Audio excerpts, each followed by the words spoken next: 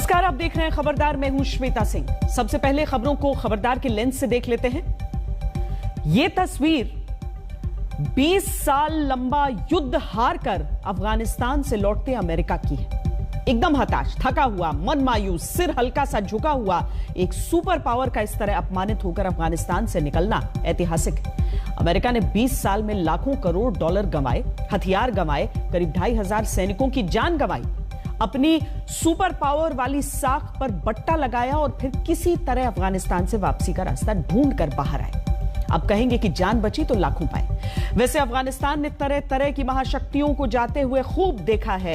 एक तस्वीर 15 फरवरी 1989 की भी है, जब सोवियत संघ की सेनाओं की अंतिम टुकड़ी अफगानिस्तान से गई थी। वो तस्वीर भी आज अमेरिका की वापसी की तस्वीर के साथ खड़ी नजर आ रही है। अफगानिस्तान में ब्रिटेन, सोवियत संघ और अमेरिका तीनों को मुंह की खानी पड़ी है। सुपर पावर की शिकस्त के बाद तालिबान सुबह से लेकर शाम तक जश्न मनाने वाले मूड में रहा। आज तालिबान की खुशी के धमाकेदार इजहार और अमेरिका की खाई से भी गहरी मायूसी का विश्लेषण करेंगे। अमेरिका के जाते ही तालिबान ने अपनी सत्ता के आसमानी ट्रेलर दिखाने शुरू कर दिए हैं। पहले ही दिन एक अमेरिकी मददगार को उड़ते हेलीकॉप्टर से लटकाकर फांसी देने की तस्वीर सामने आई। इस क्रूरता से अपना पल्ला झाड़ते हुए तालिबान ने अपनी आजादी का ऐलान कर दिया है। तालिबान की इस आजादी और खून खराबे की इस खुली छूट के मायने क्या हैं, देखिएगा। अफगानिस्तान में अमेरिका दो चीजों को कबाड़ में बदल कर गया है। एक है उसकी अंतर्राष्ट्रीय सुपर पावर वाली इज्जत और दूसरी वो हथियार जो अमेरिका ने तालिबान के लिए छोड़ तो दिए, लेकिन जाते जाते उन्हें डिसेबल कर गया। तालिबानी बहुत खुश होकर आधुनिक हथियारों, हेलीकॉप्टर्स और विमानों को चेक कर रहे थे। उनके चेहरे पर मुफ्त का माल पाने की मुस्कान थी, लेकिन यह मुस्कान ज्यादा देर नहीं रही। जल्द ही पूरी दुनिया को पता चल गया कि अमेरिका हथियारों को कबाड़ बनाकर छोड़ गया है। तालिबान के साथ खेल करने वाले इस अमेरिकी दांव की पूरी रिपोर्ट आपको दिखाएंगे। और आज 18,600 फीट की ऊंचाई पर बने शक्ति ऑपरेशनल ट्रैक को भी देखिएगा। यह दुनिया की सबसे ऊंची मोटरेबल सड़क है, यानी ऐसी सड़क जिस पर वाहन भी चल सकते हैं, जिसका गहरा रणनीतिक महत्व है। इससे पेंगोंग तक पहुंचने का रास्ता 41 किलोमीटर छोटा हो जाएगा। लेकिन विश्लेषण की शुरुआत करते हैं अफगानिस्तान से अमेरिका की वापसी के चित्रहार से। अफगानिस्तान को युद्ध का मैदान बनाने वाला अमेरिका 20 साल बाद उसी मैदान से हार कर लौट चुका है। यह सुनकर अमेरिका को अच्छा तो नहीं लग रहा होगा, लेकिन सच तो सच होता है, चाहे जितना मर्जी कड़वा क्यों ना हो। और अमेरिका ने बेइज्जती के जहर से भरे इस प्याले को अपने लिए खुद चुना है, क्योंकि अफगानिस्तान में तालिबान से हार तो अमेरिका बहुत पहले मान चुका था। आज अमेरिका ने अपनी हार को स्वीकार कर लिया। अमेरिका ने अपनी सबसे लंबी जंग से पांव पीछे खींच लिए। वो 31 अगस्त की तय डेडलाइन से पहले ही अफगानिस्तान से निकल गया। कहते हैं कि एक तस्वीर 1000 शब्दों के बराबर होती है। अफगानिस्तान से लौटते अपने आखिरी सैनिक की यह तस्वीर खुद अमेरिका ने जारी की है, जो असल में उसकी हार को बयान कर रही है। युद्ध के मैदान में एक की हार दूसरे की जीत बनती है, और अफगानिस्तान में तालिबान अपनी जीत के जश्न में है। जैसे ही अमेरिका के 4 सैन्य विमानों C-17 ने काबुल एयरपोर्ट से उड़ान भरी, वैसे ही तालिबान ने काबुल एयरपोर्ट को अपने कब्जे में ले लिया, और इसके बाद तालिबान के जश्न की शुरुआत हो गई। काबुल शहर पूरी रात तालिबान की हर्ष फायरिंग यानी खुशी में की गई गोलीबारी की आवाजों से गूंजता रहा। तालिबान ने अपनी जीत की खुशी में आतिशबाजी भी की, लेकिन इस जीत में तालिबान की ताकत से ज्यादा अमेरिका की कमजोरी का हाथ है। आज अमेरिका की सुपर पावर वाली छवि पर कालिख पुत गई है। अपनी इस हार की स्क्रिप्ट अमेरिका ने खुद अपने हाथों से लिखी है।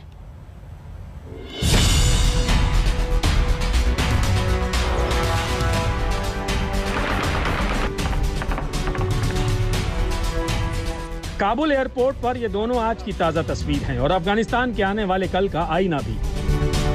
तय समय से 24 घंटे पहले ही आधी रात के वक्त अफगानिस्तान में अमेरिका का सूरज डूब गया, और एक रात पहले ही अफगानिस्तान में तालिबान का संपूर्ण उदय हो गया।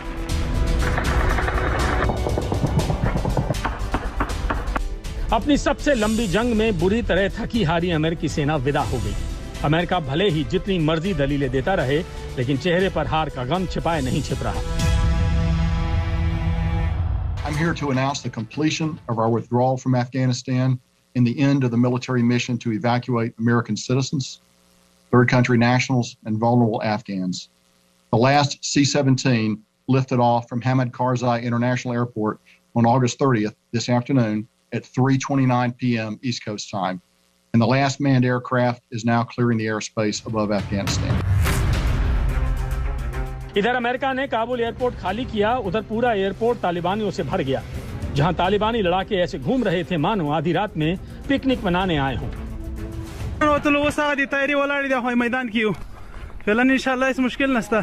अल्लाह का शुक्र है, देखिए यहाँ प्लेन पार्क किए हुए हैं, हम एयरपोर्ट के अंदर घुस चुके हैं, यहाँ कोई परेशानी नहीं है। मेरा संदेश यह है कि चिंता की कोई बात नहीं है, सब कुछ ठीक से हो रहा है, अल्लाह का शुक्र है। वैसे हैरत तो ये भी है कि जिस तालिबान को बात बात पर बम और बंदूकें चलाने की आदत है, वो दिवाली के पटाखे फोड़कर अपनी जीत का ऐलान कर रहा था। अफगानिस्तान में कल की रात कोई नहीं सोया, तालिबान खुशी के मारे और आम अफगानियों को डर के मारे, जो असल में अपनी किस्मत के मारे हैं, वो किस्मत जिसे अब तालिबान की बंदूकें लिखेंगी। इंशाल्लाह कोशिश करूंगा तालिबान अफगानिस्तान में सुरक्षित माहौल बनाने की कोशिश करेगा ताकि लोग मुजाहिदीनों से ना तो डरें और ना ही घबराएं। अफगानी लोग हमारे भाई हैं और हम उनकी सुरक्षा करेंगे। नागरिकों के साथ मिलकर हम अपनी जन्मभूमि को बनाएंगे। अफगानिस्तान और लोगों की जिंदगी पर तो तालिबान का कब्जा पहले ही हो चुका था, अब काबुल एयरपोर्ट पर भी उसका कब्जा है। मतलब अब बस तालिबान की विधिवत ताजपोशी होनी बाकी रह गई है, जिसमें स्टेट गेस्ट के तौर पर देश विदेश के छटे हुए आतंकवादियों का पहुंचना भी शुरू हो गया है। ओसामा बिन लादेन का पूर्व सुरक्षा प्रमुख अमीन उल हक भी अफगानिस्तान लौट आया है। ये वीडियो इसकी पुष्टि करता है, जिसमें उसका तालिबानियों ने खूब आदर सत्कार किया है। इससे पहले हक्कानी नेटवर्क का सरगना तो पहले ही काबुल पहुंच चुका है, जिसको तालिबान ने काबुल की सुरक्षा का ठेका सौंपा है। और जिस काबुल एयरपोर्ट की सुरक्षा का जिम्मा कल तक दुनिया की सबसे ताकतवर सेना के पास था, अब उसका जिम्मा तालिबान की बदरी 313 फोर्स ने संभाल लिया है। इस वीडियो में आप उसी को चार्ज लेते देख सकते हैं। We're here right now with the Taliban as they enter into what was only minutes ago was an American-controlled portion of the military airport. Now they're taking over. दुनिया में ऐसे देश तो हैं जहां की सरकारें आतंकवादियों को पालती पोसती हैं, लेकिन अफगानिस्तान में तो आतंकवादियों ने सरकार ही बना ली, और ये सब मुमकिन हो पाया है तो सिर्फ अमेरिका की वजह से। देखना ये है कि क्या आने वाले समय में होता है, इसलिए कि तालिबान के साथ मैं समझता हूँ पढ़े लिखे लोग या मिडिल क्लास का कोऑपरेशन मुश्किल है वो होना। ये एक आतंकवादी संगठन है, अपने हिसाब से ये काम करेंगे जैसे पहले। इनका कोई डेवलपमेंट एजेंडा या प्रोग्रेसिव पॉलिसीज़ तो इनके पास है नहीं कुछ, और इनका मेन एजेंडा धार्मिक है, उसी को उन्होंने इम्प्लीमेंट करना, गवर्नमेंट बनाने से पहले ही इम्प्लीमेंट करना शुरू कर दिया। अमेरिका ने अफगानिस्तान को ऐसा नरक बनाकर छोड़ दिया है जिसमें अमन पसंद अवाम मातम मना रही है और तालिबानी आतंकवादी हर्ष फायरिंग कर रहे हैं। आज तक ब्यूरो। अफगानिस्तान की पिच पर बैटिंग करने के बाद भी अमेरिका 0 के स्कोर पर आउट होकर मैदान से बाहर जा चुका है। खुद को सुपर पावर समझने वाले अमेरिका के लिए यह सबक है, क्योंकि उसने तालिबान के हाथों हार स्वीकार की है, जो दुनिया का टॉप मोस्ट आतंकवादी संगठन है। अमेरिका ने इस हार के लिए बड़ी कीमत चुकाई है, पैसों से भी और कीमती जिंदगियों से भी।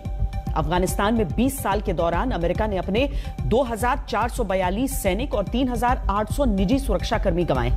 साथ ही नेटो के 40 सदस्य देशों के 1144 सैनिक और सुरक्षाकर्मी भी मारे गए। इसके अलावा अकेले अमेरिका के 20,000 से ज्यादा सैनिक घायल हुए। अमेरिका को जाते जाते भी अपने 13 सैनिकों की जान से हाथ धोना पड़ा। यह सबूत है कि अफगानिस्तान में अमेरिका ने खुद को कितना कमजोर बना लिया था, वो भी तब जब उसने इस युद्ध को लड़ने में पानी की तरह पैसा बहाया। प्राइस ऑफ वॉर प्रोजेक्ट के अनुसार अमेरिका ने इस युद्ध पर 2260 अरब डॉलर खर्च किए। सिर्फ युद्ध लड़ने में ही 815 अरब डॉलर खर्च हो गए। अमेरिका ने रिटायर्ड सैनिकों के इलाज और देखभाल पर 296 अरब डॉलर खर्च किए। युद्ध के बाद अफगानिस्तान के राष्ट्र निर्माण की अलग अलग परियोजनाओं में 143 अरब डॉलर खर्च हो गए। इतिहास में पहली बार एक युद्ध के लिए अमेरिका ने उधार भी लिया, और पिछले सालों में वो 530 अरब डॉलर मूल्य के ब्याज का भुगतान कर चुका है। लेकिन इसका नतीजा क्या हुआ? जिस अफगानिस्तान से अमेरिका को हीरो का तमगा मिलना चाहिए था, उसे विलन होने के ताने मिल रहे हैं। और ये ताने सिर्फ अफगानिस्तान से नहीं मिल रहे। खुद अमेरिका में राष्ट्रपति बाइडेन को अब तक का सबसे कमजोर राष्ट्रपति बताया जा रहा है। न्यूज एजेंसी रॉयटर्स ने हाल ही में एक सर्वे किया। इसमें 51% अमेरिकी नागरिकों ने अफगानिस्तान से सेना वापस बुलाए जाने के बाइडेन के कदम को गलत ठहराया, जबकि 40% अमेरिकियों ने सेनाएं वापस बुलाए जाने के फैसले का समर्थन किया। 75% अमेरिकियों का मानना है कि अमेरिकी फौजों को तब तक वहां रहना था जब तक हर अमेरिकी नागरिक वहां से वापस नहीं आता। तो जो बात अमेरिका के सामान्य नागरिकों तक को गलत लग रही है, वो राष्ट्रपति बाइडेन को सही क्यों लगी? आखिर ऐसी क्या जल्दी थी कि बाइडेन को अफगानिस्तान में अपनी सेनाओं का ठहरना बर्दाश्त नहीं हुआ? I'm now the 4th United States president. I will not pass this responsibility on to a 5th. I've concluded that it's time to end America's longest war. It's time for American troops to come home. अच्छी बात है, America का कोई राष्ट्रपति युद्ध की बजाय शांति की बात करता हुआ अच्छा लगता है, लेकिन बाइडेन ने जो किया है वो विश्वासघात है। अपने 13 शहीद सैनिकों के शव को रिसीव करते हुए भी क्या बाइडेन को पछतावा नहीं हो रहा होगा कि वो आतंकवादियों से हार मानकर लौटे हैं? अगले महीने जब अमेरिका 9/11 अटैक की 20वीं बरसी मनाएगा और तालिबान अमेरिका को हराने का जश्न मना रहा होगा, तब बाइडेन किस किस से अपना मुंह छिपाते फिरेंगे? बाइडेन उन लोगों के परिवार वालों से कैसे नजरें मिलाएंगे जिन्हें अफगानिस्तान में तालिबान के रहम पर छोड़कर अमेरिकी सैनिकों ने काबुल छोड़ दिया है? We believe there are still a small number of Americans, under 200 and likely closer to 100, who remain in Afghanistan and want to leave. We're trying to determine exactly how many. We're going through manifests and calling and texting through our lists, and we'll have more details to share as soon as possible. Joe Biden कह रहे थे कि वो अपने 13 सैनिकों की मौत को भूलेंगे नहीं, वो बाइडेन इतनी जल्दी में थे कि हर एक अमेरिकी नागरिकों को अफगानिस्तान से लाने का वादा ही भूल गए। No, Americans should understand that we're going to try to get it done before August 31st. But if we don't, the troops will stay. If we don't, we'll determine at the time who's left. And if there are American forces, if there's American citizens left, we're going to stay till we get them all out. Biden ने कहा था कि 9/11 हमले के बाद America पर एक भी आतंकवादी हमला नहीं होना उनकी जीत है। बाइडेन ने कहा था कि अमेरिका के दुश्मन नंबर 1 ओसामा बिन लादेन को मारना अमेरिका की जीत थी। लेकिन फिर ऐसा क्यों है कि अमेरिका ने अपनी सबसे बड़ी जंग का अंत बिना जश्न मनाए कर दिया? तालिबान कह रहा है कि जश्न तो वही मनाता है जो जीतता है।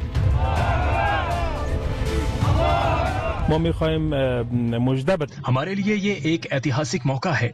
हमारा मुल्क अब आजाद है। मैं सभी अफगानिस्तानियों को जीत की बधाई देता हूँ। हम अमेरिका समेत पूरी दुनिया के साथ अच्छे रिश्ते कायम करना चाहते हैं। बाइडेन ने सिर्फ अफगानिस्तान को धोखा नहीं दिया है, उन्होंने अमेरिकियों को भी धोखा दिया है। अफगानिस्तान में अमेरिका की हार को आने वाली पीढ़ियां याद रखें, इसके लिए बाइडेन ने जल्दबाजी में अमेरिकी फौज का पूरा जखीरा अफगानिस्तान में छोड़ दिया है, जिस पर अब तालिबानी राज करेंगे। That due to the negligence of this administration, the Taliban now has access to over $85 billion worth of American military equipment. That includes 75,000 vehicles, over 200 airplanes and helicopters, over 600,000 small arms and light weapons. The Taliban now has more Black Hawk helicopters than 85% of the countries in the world. तो 20 साल और 4 राष्ट्रपतियों के शासन में अमेरिकी सेना ने जिस तालिबान के खिलाफ अफगानिस्तान युद्ध में अपनी जान लड़ा दी, बाइडेन ने उसी तालिबान को अपने 13 सैनिकों की मौत से बाइज्जत बरी कर दिया। ये अमेरिकी सेना की बेइज्जती नहीं तो और क्या है? There is no evidence thus far that I've been given as a consequence by any of our commanders in the field that there has been collusion between the Taliban and ISIS in carrying out what happened today, both in front of the hotel and what is expected to continue for beyond today. America के दामन पर अफगानिस्तान युद्ध ने ऐसा दाग लगाया है जो बड़े से बड़े पावरफुल डिटर्जेंट से भी नहीं धुलेगा। ये तस्वीर दुनिया याद रखेगी, क्योंकि युद्ध के मैदान से अमेरिका हीरो बनकर नहीं बल्कि विलन बनकर लौटा है, वो भी हारा हुआ। आज तक ब्यूरो। वक्त एक ब्रेक का है। ब्रेक के बाद आपको बताएंगे कि कैसे अमेरिका अफगानिस्तान से जाते जाते अपने हथियारों को कबाड़ बनाकर चला गया। करोड़ों अरबों रुपए के हथियार एक झटके में। आप देख रहे हैं खबरदार, और खबरदार के इस हिस्से में उन हथियारों की बात करेंगे जिन्हें अमेरिका अफगानिस्तान में छोड़कर चलता बना, जिन्हें देखकर तालिबानियों की बाँछें खिल गई, आंखों में चमक आ गई। लेकिन अब पता चला कि अमेरिका जाते जाते अपने हथियारों में खेल कर गया, हथियारों को निष्क्रिय करके चला गया। यानी अमेरिका के छोड़े हुए बड़े और आधुनिक हथियारों को किसी मिलिट्री मिशन में इस्तेमाल नहीं किया जा सकता, ये बेकार हो चुके हैं। अमेरिका ने किस तरह अपने करोड़ों अरबों रुपए के हथियारों को एक झटके में कबाड़ बना दिया, ये आपको विस्तार से दिखाते हैं। यह हमारी एक्सक्लूसिव रिपोर्ट है। अमेरिका का कुछ सामान तालिबान के पास पड़ा है, लेकिन ये किसी काम का नहीं। करोड़ों अरबों रुपए की कीमत वाले अपने खास हथियारों को कबाड़ बनाकर छोड़ गया है अमेरिका। ऐसा कैसे हो गया, जरा गौर से देखिए और समझिए। तालिबान की डेडलाइन खत्म होने से पहले सुपर पावर ने सुपर फास्ट पैकअप किया और मिलिट्री साजो सामान प्लेट में सजाकर ऐसे छोड़ दिया जैसे उसका था ही नहीं। सब यही सोच रहे थे कि तालिबान की तो मौज बहार हो गई। मुफ्त का यह माल देखकर तालिबानी आतंकियों की खुशी का ठिकाना नहीं था, क्योंकि मुफ्त के हथियार आतंकियों को हमेशा पसंद आते हैं। घूम घूम कर तालिबानी आतंकी सैनिक साजो सामान का जायजा ले रहे थे, जिन्हें अमेरिका अफगानिस्तान में छोड़ गया है। टैंकों को देखकर तालिबानियों की खुशी कई गुना बढ़ गई। आतंकियों को इन हथियारों में अपना धमाकेदार फ्यूचर दिखाई दे रहा है। बाकायदा सेल्फी सेशंस चल रहे हैं, वीडियो बनाए जा रहे हैं। ये मुफ्त के माल की मुस्कान है। छोड़े हुए एयरक्राफ्ट और हेलीकॉप्टरों को देखकर तालिबानियों को लगा कि इन्हीं से उनका भविष्य नई उड़ान भरेगा। अमेरिकी सैनिक अपने पीछे चिनूक हेलीकॉप्टर भी छोड़ गए। तालिबानी लड़ाके सोच रहे थे कि जिन हेलीकॉप्टरों से पहले अमेरिकी सैनिक निगरानी करते थे, अब उन्हें तालिबानी लड़ाके उड़ाएंगे। लेकिन अमेरिका जाते जाते इन हथियारों में खेल कर गया है। अमेरिकी सैनिक अफगानिस्तान छोड़ते हुए काबुल के हामिद करजई इंटरनेशनल एयरपोर्ट पर 73 विमानों को डीमिलिटराइज कर गए। यानी इनका कोई खास पुर्जा हटाकर या सॉफ्टवेयर के जरिए इन्हें बेकार कर दिया गया। अब ये किसी काम के नहीं है। यही हाल बहुत से हेलीकॉप्टरों का हुआ है। तो मैं मौजूद हूँ काबुल एयरपोर्ट के अंदर, और मेरे अकब में आप देख सकते हैं एहतियाती अफवाज ने यहाँ से इनखला के बाद अपने तमाम यहाँ पर हेलीकॉप्टर जहाज जो हैं वो तोड़ दिए हैं ताकि नाकारा हो जाए। ये आप देख सकते हैं, थोड़ा सा मैं आगे आता हूँ, ये वो एप्रन है जहाँ पर अंदर हेलीकॉप्टर्स खड़े थे, वो तोड़ दिए गए हैं। ये यहाँ पर आप देखें, सारा एहतियाती अफवाज ने अपना यहाँ पर सेटअप बनाया हुआ था, वो तमाम यहाँ से उन्होंने तोड़ दिया है ताकि कोई इसको इस्तेमाल नाकारा कर दिए, ताकि इसको कोई इस्तेमाल न कर सके। इसके साथ साथ जहाँ पर जितनी भी गाड़ियाँ थी उनके इस्तेमाल वो भी उन्होंने तोड़ दिए हैं, उसको भी नाकारा बना दिया है। और उन्होंने कोशिश ये की कि किसी किस्म की कोई यहाँ पर चीज नाकाबिले इस्तेमाल ना हो।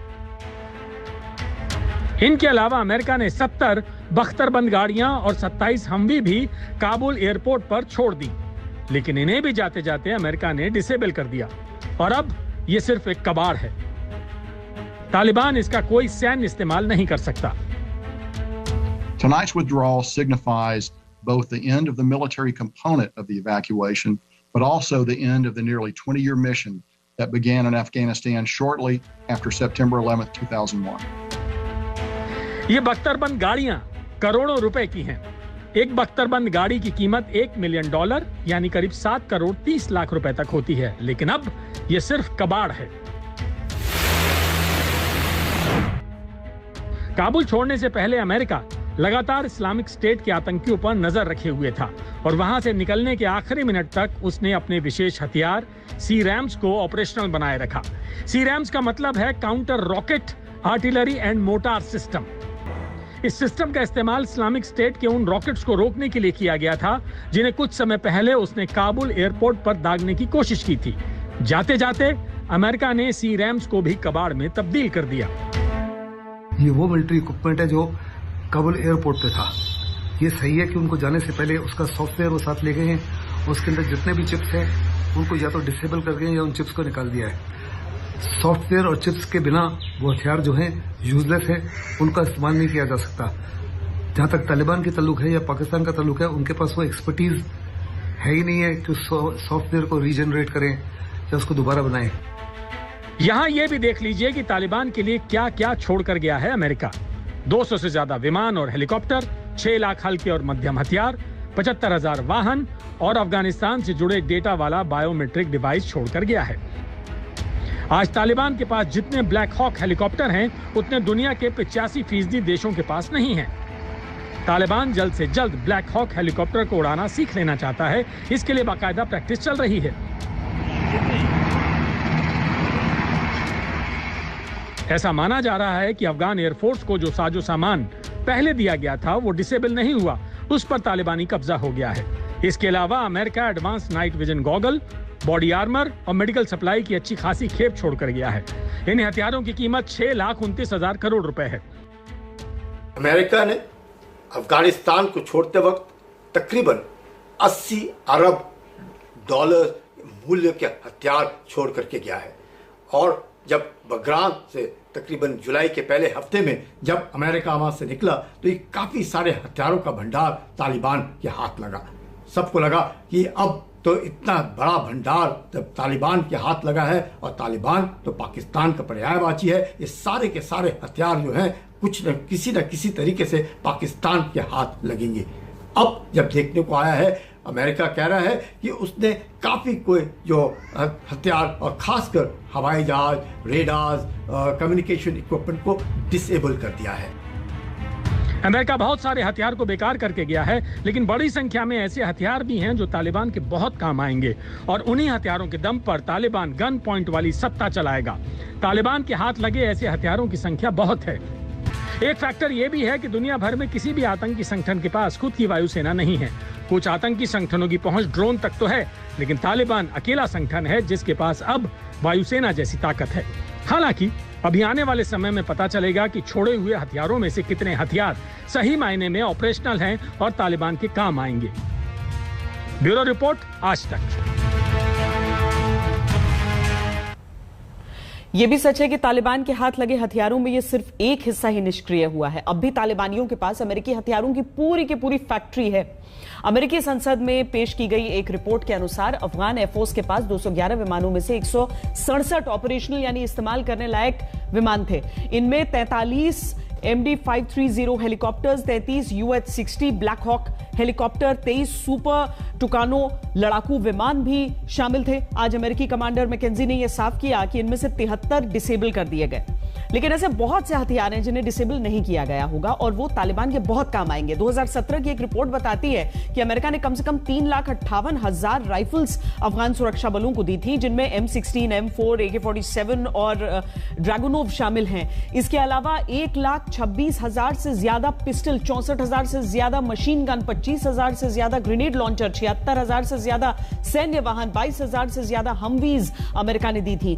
तालिबान के लिए जो हथियार सबसे ज्यादा काम आ सकते थे उनमें mine resistant ambush protected vehicles यानी एमरैप शामिल हैं, लेकिन इन्हें और कई हमवीज को अमेरिका डिसेबल कर गया। अमेरिका 16,000 से ज्यादा नाइट विजन गॉगल्स और 105 स्कैन ईगल ड्रोन भी छोड़कर गया है। यह संख्या कुछ ज्यादा भी हो सकती है, क्योंकि हो सकता है कि अमेरिका ने बाद में भी कुछ हथियार बढ़ाए हों। और खबरदार के आखिरी हिस्से में आपको एक अच्छी खबर दिखाते हैं। लद्दाख में बॉर्डर इंफ्रास्ट्रक्चर को मजबूत बनाने के मिशन के तहत आज दुनिया की सबसे ऊंची मोटरेबल सड़क का उद्घाटन किया गया। 18,600 फीट की ऊंचाई पर इस सड़क का होना भारत की अद्भुत रोड शक्ति का प्रतीक है। सड़कों का जाल हमेशा सामरिक रूप से देश के काम आता है।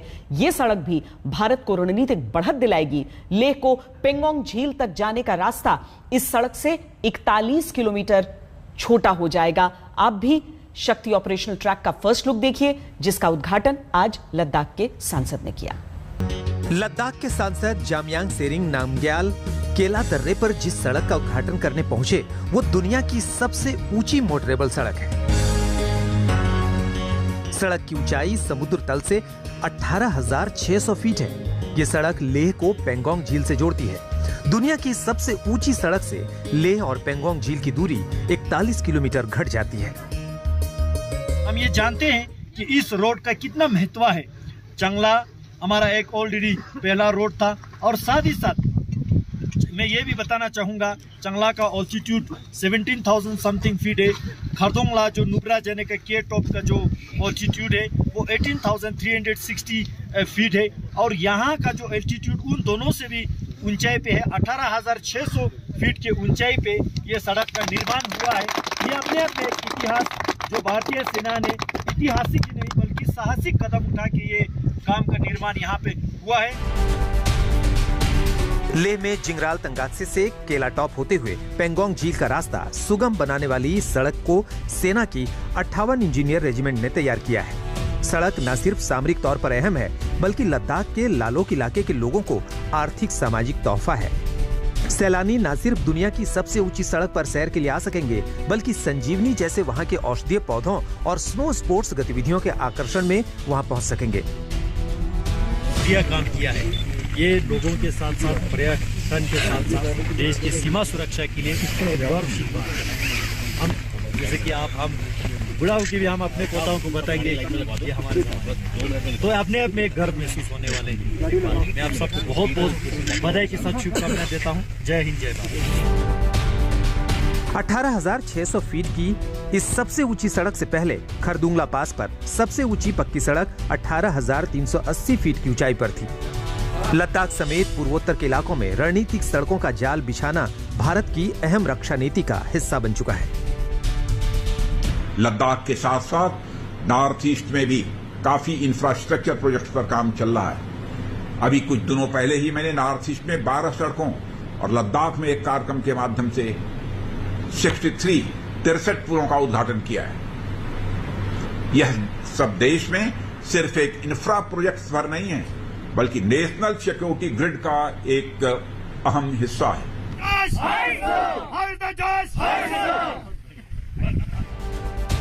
2020 की मई में जब LAC पर चीन के साथ भारत का तनाव बढ़ा, तब भारत की रक्षा पंक्ति के तौर पर सामरिक महत्व की सड़कें काम आई। लद्दाख की ऊंचाई इतनी है कि इसे रूफ ऑफ द वर्ल्ड कहा जाता है। सारे इलाके, यहाँ तक कि समतल इलाकों का भी जो ऑल्टीट्यूड है वो 10,000 फीट से ऊपर ही रहता है, और ये जो निर्माण का कार्य चलता है वो लगभग 20,000 फीट की ऊंचाई पर चलता रहता है। लगातार इतने सालों से होना चाहिए था निर्माण, लेकिन रफ्तार अब पकड़ी गई है, ताकि इन पहाड़ी इलाकों में जो सबसे अहम चीज है कनेक्टिविटी, यानी बाकी के इलाकों से संपर्क, वो भरपूर। भारत माता की जय, भारत माता की जय, भारत माता की जय। लेह से बाकिरचों के साथ श्वेता सिंह, आज तक।